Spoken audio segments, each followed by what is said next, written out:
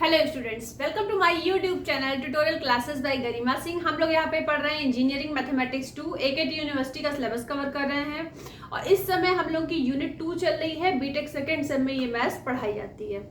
तो आज हम लोगों को पढ़ना है हार्मोनिक फंक्शन और हार्मोनिक फंक्शन से रिलेटेड क्वेश्चन करना है। क्वेश्चन में आपको हार्मोनिक फंक्शन भी यूज करना पड़ेगा और एक दूसरा मेथड भी यूज करना पड़ेगा जो प्रीवियस क्लास में हम लोग पढ़ चुके हैं। तो आइए देखते हैं हमारा क्वेश्चन है क्या है। क्वेश्चन कि सबसे पहले क्वेश्चन है define a harmonic function u x y given है, मतलब इसका रियल पार्ट गिवन है। Is harmonic also find the analytic function f z is equal to this. ठीक है, तो define a harmonic function. Harmonic function क्या होता है ये हमें पता होना चाहिए। तो harmonic function any function which satisfied the Laplace equation is known as harmonic function. ऐसा फंक्शन जो लैपलेस इक्वेशन को सेटिस्फाई करता है वो हार्मोनिक फंक्शन होता है। अब इसको एक थ्योरम है, if f z is equal to u plus i v is analytic function. आपको पता है कि अगर कोई फंक्शन एनालिटिक होता है तो वो सी आर इक्वेशन सेटिस्फाई करता है। ठीक है, या सी आर इक्वेशन सेटिस्फाई होती है उसमें अगर कोई फंक्शन एनालिटिक है तो यू और वी बोथ। अब इसमें थ्योरम क्या है हमारी कि f z is analytic function, u and v both are harmonic function. तो हमने प्रूफ में क्या लिखा कि let f z is equal to analytic function. और अगर एफ जेड एनालिटिक फंक्शन है तो सी आर इक्वेशन जो है सेटिस्फाई करेंगे। सी आर इक्वेशन क्या होती है? Cauchy Riemann equation. क्या होती है Cauchy Riemann equation? Del u by del x is equal to del v by del y, first equation. Second होती है del u upon del y is equal to minus del v upon del x. ये C R equation है। अगर कोई function analytic function है तो C R equation satisfy होती है। ठीक है, तो यहाँ हमने लिख भी दिया कि ये सी आर इक्वेशन है। इसके आगे हम क्या करते हैं, इक्वेशन 1 को अगेन पार्शियली डिफरेंशिएट कर देते हैं x की रिस्पेक्ट में। तो del two u upon del x two आ जाएगा del v del x del y. ठीक है, ये हमारी बन गई इक्वेशन नंबर 3। अब इसको कर देते हैं y के रिस्पेक्ट में। तो del two u upon del y two minus del v upon del x. Y के रिस्पेक्ट में कर रहे हैं तो डेल वाई डेल एक्स। ठीक है, ये हो गई हमारी 4।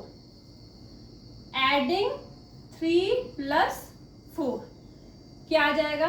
लेफ्ट वाले पार्ट एक तरफ, राइट वाले पार्ट एक तरफ ऐड कर दीजिए। तो del two u upon del x two plus del two u upon del y two is equal to, देखिए del v upon del x del y, ये माइनस का del v upon del y del x. अगर इस तरीके से लिखा हो कि del v upon del x del y या del v upon del y del x, ये क्या होते हैं? आपस में इक्वल होते हैं। ठीक है, तो ये दोनों चीजें सेम लिखी है, प्लस माइनस का अंतर है। तो जब ऐड करेंगे तो क्या हो जाएंगी? कट के हमें क्या मिल जाएगा? 0। ठीक है, ये हमारा क्या हो गया? लिखा था any function which satisfied the Laplace equation. ये हमारी कैसी इक्वेशन है? लैपलेस इक्वेशन है, is known as harmonic function. तो अब हम यहां पे लिख देंगे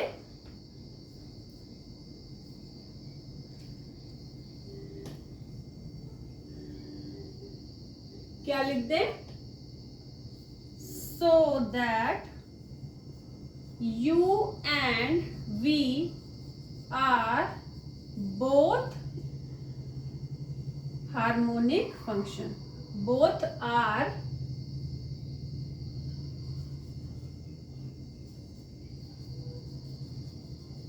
हार्मोनिक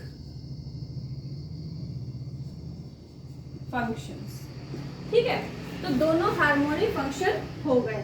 तो इस क्वेश्चन में, इस थ्योरम में हम लोगों ने क्या किया कि हमें गिवन फंक्शन था थ्योरम में कि एफ जेड एक एनालिटिक फंक्शन है तो वो सी आर इक्वेशन सेटिस्फाई करेगा। पहली इक्वेशन को हमने x की रिस्पेक्ट में पार्शियली डिफरेंशिएट करा, दूसरी को y के रिस्पेक्ट में डिफरेंशिएट करा, दोनों को ऐड कर दिया तो हमें 0 मिल गया। ये हमारी लैपलेस इक्वेशन है। लैपलेस इक्वेशन हमारी आ गई। तो अगर किसी फंक्शन में लैपलेस इक्वेशन सेटिस्फाई हो रही है तो उस फंक्शन को हम बोलते हैं हार्मोनिक फंक्शन। तो ये फंक्शन हमारा हार्मोनिक फंक्शन हो गया, इसलिए u and v both are harmonic function. ठीक है, अब हम लोग इस क्वेश्चन को करेंगे, तो फटाफट इसको नोट कर लीजिए। अब देखिए इस इक्वेशन में भी हम ऐसा ही कुछ करेंगे। क्या करेंगे, सबसे पहले del u upon del x निकालेंगे, तो हमारा क्या निकलेगा 4x³ माइनस 12xy²। अब वाई स्क्वायर तो क्या है आपका कांस्टेंट है, अगर x के रिस्पेक्ट में कर रहे हैं तो वो क्या हो जाएगा 0। Del u upon del y क्या आ जाएगा, इसको इक्वेशन 1 ले लीजिए, इसको 2 ले लीजिएगा, यहाँ पे ये 0 हो जाएगा, यहाँ आ जाएगा 12x² प्लस 4y³। ये हमारी हो गई इक्वेशन 2। अब इसको अगेन x के रिस्पेक्ट में अगेन करिए, इसको डिफरेंशिएट, तो del 2u upon del x2, यही किया था ना हम लोगों ने, यहाँ पे वही करना है हमको। x के रिस्पेक्ट में दोबारा करेंगे तो 12x² माइनस 12y², ये हो गई इक्वेशन नंबर 3। फिर del 2u upon del y2 क्या हो जाएगा माइनस 12x² प्लस 12y², ये हमारी बन गई इक्वेशन 4। अब इक्वेशन 3 और 4 को आप ऐड करोगे तो देखिए राइट हैंड साइड पे जब आप ऐड करोगे तो 12x² से 12x² कट जाएगा, माइनस 12y² से 12y² कट जाएगा। तो यहाँ पे क्या लिखोगे, एडिंग 3 and 4, तो क्या मिलेगा del 2u upon del x2 del 2u upon del y2 is equal to 0। तो हमें ये पता चल गया कि ये जो गिवन फंक्शन था ये एक हार्मोनिक फंक्शन है, क्योंकि ये लाप्लास इक्वेशन को क्या कर रहा है, सेटिस्फाई कर रहा है। तो हम लिख देते हैं given function is harmonic function which satisfies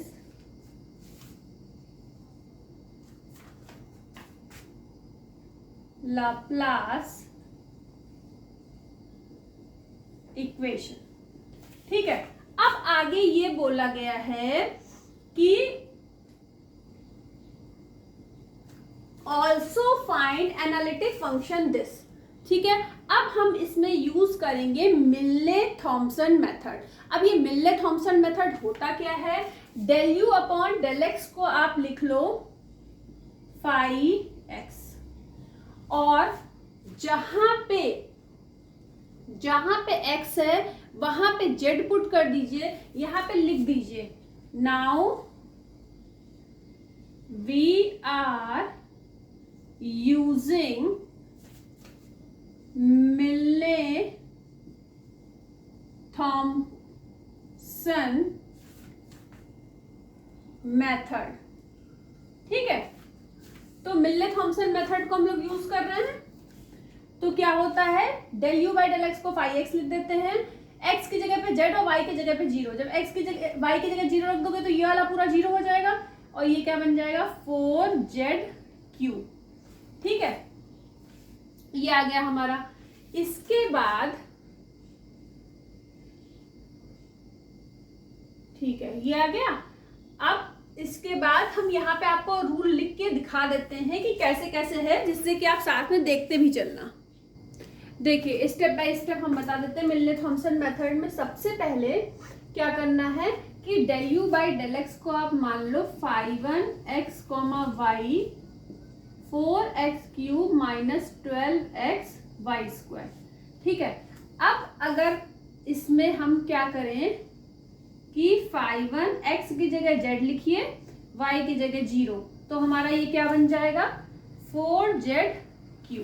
अब आपको ज्यादा क्लियर होगा ना कि y की जगह 0 पुट कर, यहाँ पे x की जगह z और y की जगह 0, ये आ गया। अब φ2x, y हमारा क्या हो जाएगा del u by del y minus 12x² plus 4y³। इसमें भी यही करना है φ2z, 0 में, अब यहाँ पे z रखना है x की जगह पे, y की जगह पे 0, तो क्या मिलेगा -12z²। अच्छा यहाँ पे दोनों में ही y है, ध्यान से देखिए दोनों में y है क्या? हाँ यहाँ पे भी y है, यहाँ पे भी y है, तो 0 रख आ जाएगा यहाँ पे। जब y की जगह 0 पुट करोगे तो ये क्या मिल गया हमको? 0 मिल गया। अब इसके बाद हमारा नेक्स्ट स्टेप होता है fz is equal to integration का sign curly bracket phi1 xy minus i phi2, अरे सॉरी xy क्यों लिख रहे हैं, अब हमारा z, 0 बन चुका है ना, dz प्लस c। ठीक है, अब देखिए वैल्यू पुट करिए इसकी, 4z³ है, 4z³। अब यहाँ पे 0 है वैल्यू, तो i में 0 का मल्टीप्लाई करोगे तो 0 आ जाएगा, कुछ बचेगा ही नहीं। यहाँ लिख दीजिए dz प्लस c, फिर 4z⁴/4 प्लस c, 4 से 4 कट जाएगा तो हमें क्या मिल जाएगा? fz is equal to z⁴ plus c, ये हमको मिल जाएगा। ठीक है, तो फटाफट इसको नोट कर लीजिए, जल्दी से जल्दी करिए। अब देखिए अगर आपको इस फॉर्म में लाना है fz is equal to uxy plus ivxy, तो आप इसको कैसे लिख सकते हो?